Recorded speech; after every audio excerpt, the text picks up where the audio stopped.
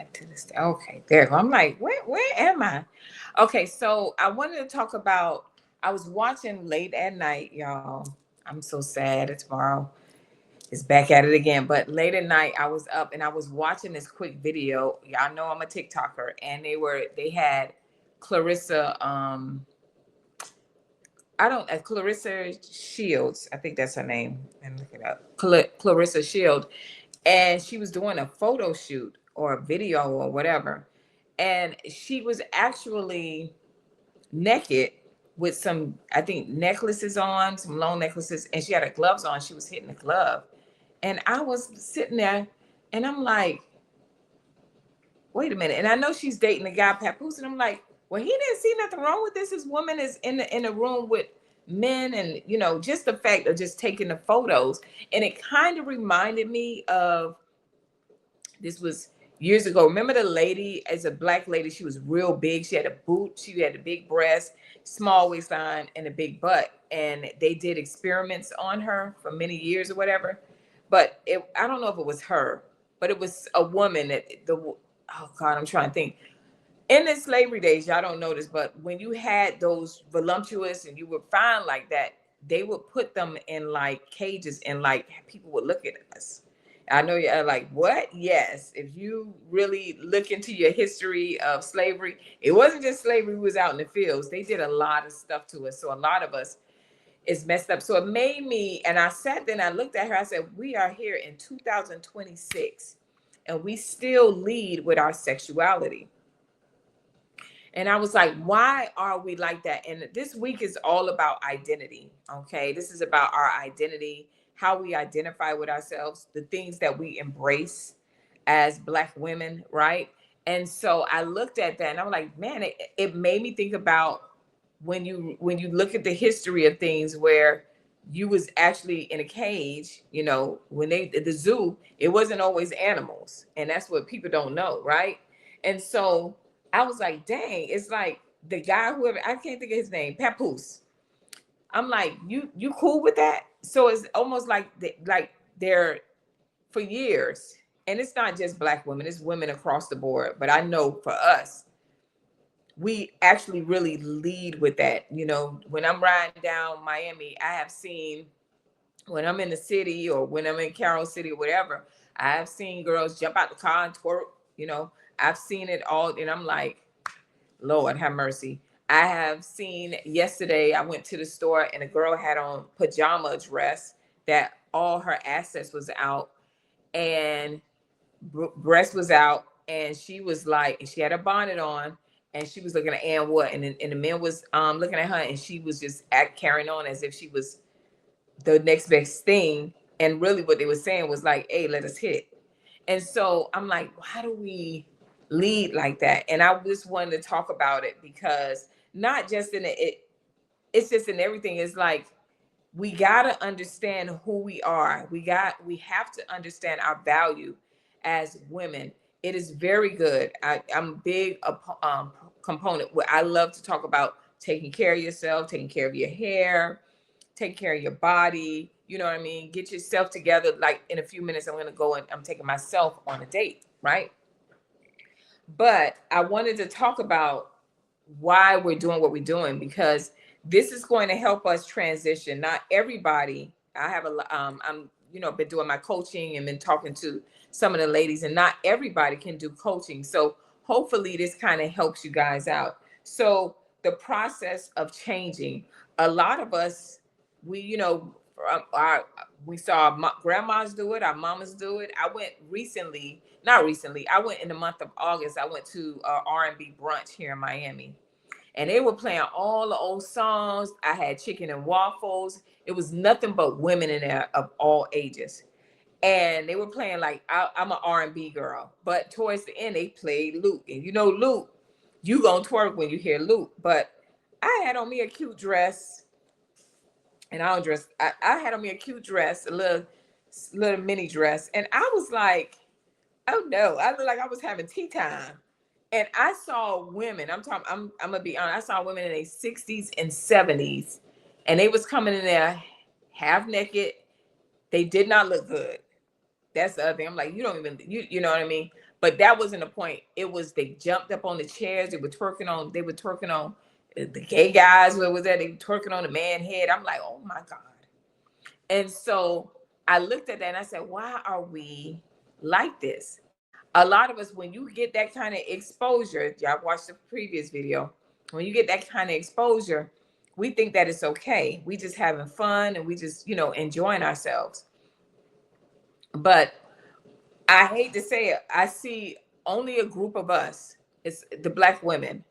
And you guys can point it out. I don't care about you. Just don't attack me. But I don't care about you having your own opinion.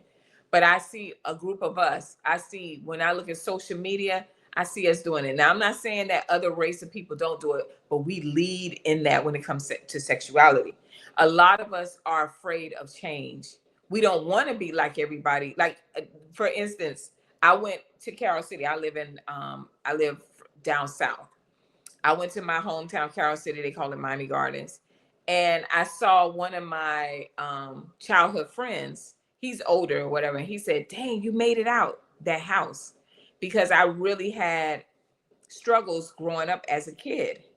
And I was like, yeah. And he was like, man, you nothing like the people that was in the house. And I'm like, okay, I don't know if that's a compliment but he was right.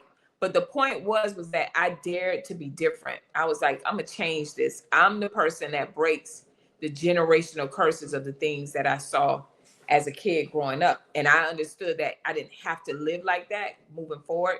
And I didn't have to continue the generation of the foolishness. Now, we didn't have twerking and all that, but we had other stuff going on, right?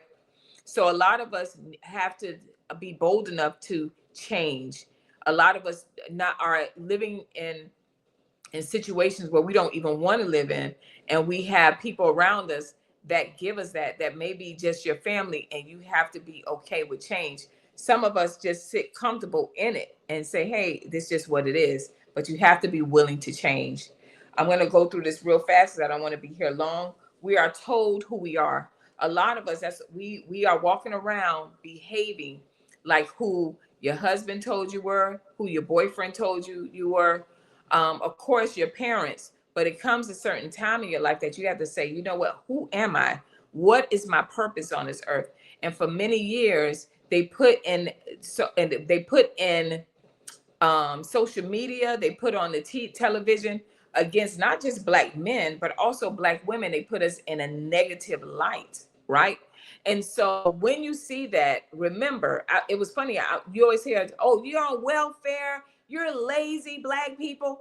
No, over 70% of people on welfare are Caucasian people.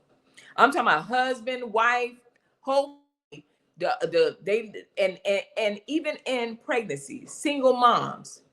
But we don't know that because of what they put out. So we're told who we are and we act accordingly instead of being able to change, right? We are afraid of the power that we have within. A lot of us, God has spoken things into our lives. We are married to people, or we are with people, or we are up under people that control. They can see the gift on you or the gifts on you, but they choose to suppress you, keep you oppressed, speak negatively to you constantly, so you don't get outside of the box and be different. And even you yourself can see it, but you're so afraid of it because you prefer the comfortability of the similarity. You just want to live in the familiar. If you were able to get out of that and walk in your purpose in your walk, how many people would you help? How many sisters would you help? How much change would you help? How many family members would you help just by leading by example? Not talking to them, but by leading by example, right? So we're afraid of being lonely. I have seen that as well. We're afraid of being lonely, being left in relationships, being left, our family not dealing with us no more, because we're trying to make a difference and impact, right? This is all a part of self-love. It's expected. So all of those things, loneliness, we're afraid of the process of changing, because the process of change is not overnight. We have to change and we have to get uncomfortable. And a lot of us are afraid of that. It's just like with our hair. If you're a person that you was raised with constantly having to wear hair extensions, braids, weave, what growing up or whatever, guess what?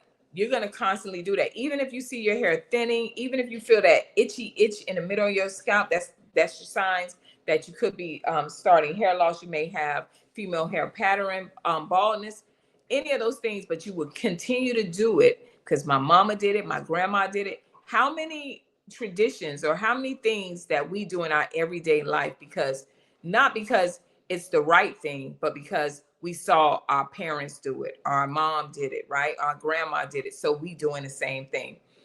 I like something that I like her. I've been watching her, Sarah Fontenay. She was saying that there is no truth except God. And I'm starting to lean towards that. And the reason why is that's your truth. We allow people opinions to shape our whole life. We allow people insecurity in their lives to shape our lives. We allow people to judge and to tell us who we should be. Now, God has already put things within us, but instead of us believing and his spirit being in us and being able to move mountains and not lead by sex alone, there are women that are watching this channel that are women of God. They are producers, they are educators, they are writers, they are CEOs, they are great entrepreneurs, they are motivational speakers. There's so many women, but we're stuck in the same thing and we don't want change. And the only thing that we get a rise when we want some affection, so-called affection, or of some form of love, is leading by our sexuality, our butts hanging out, twerking, um, augmentation of our body so we can get a reaction from men, only to really want in your life to be loved, to have a husband or have someone to care for you, to have those things, but you won't strive to change it because of what you were told, maybe from your mom, maybe from your father, maybe you had a bad upbringing, maybe you were in foster care. Whatever it is, understand those negative things that were told to you were meant to hold you back, right? And I wanted to talk about this because we have to stop leading with sexuality. We have to lead with this and with this. All right. I pray this video helps you. If you are looking for some coaching, hair coaching, lifestyle coaching that you want to change, go ahead and click the link that I'm going to add to this video. And guess what, guys? I will see you next video. Bye.